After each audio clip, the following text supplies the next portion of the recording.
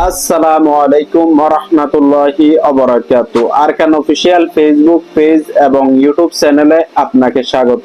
আজকের ভিডিওতে কথা বলবো সফল হওয়ার 5টি সহজ আইডিয়া নিয়ে।